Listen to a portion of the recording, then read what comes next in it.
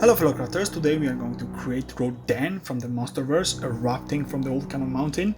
I have used the lantern for this glow effect under the lava, and at the same time I have utilized glowing paint which glows under the UV light for this lava effect around his wings. This is one of the coolest looking projects I have done yet, and I'm very happy to share it with you. By the way, all the things like lantern and UV paint, UV light even, are linked down below in the description. Let's get into the sculpting.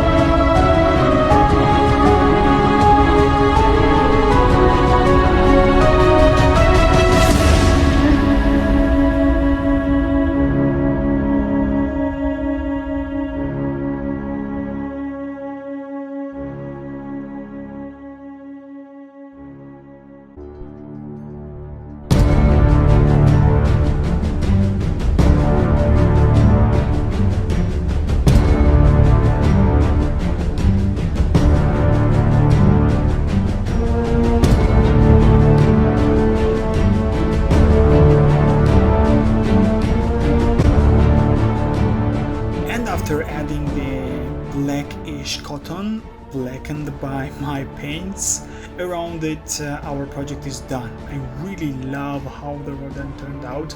This is by far the coolest looking, at least Monsterverse projects from my collection of videos and sculptures, and it is going to be my favorite as well. Probably I'm going to use it as a lamp for a long time as well, at least until I get the UV stand I ordered for the UV paint to glow permanently, so to say, as well, in order to emphasize these cracks and the lava parts inside those cracks around the wings.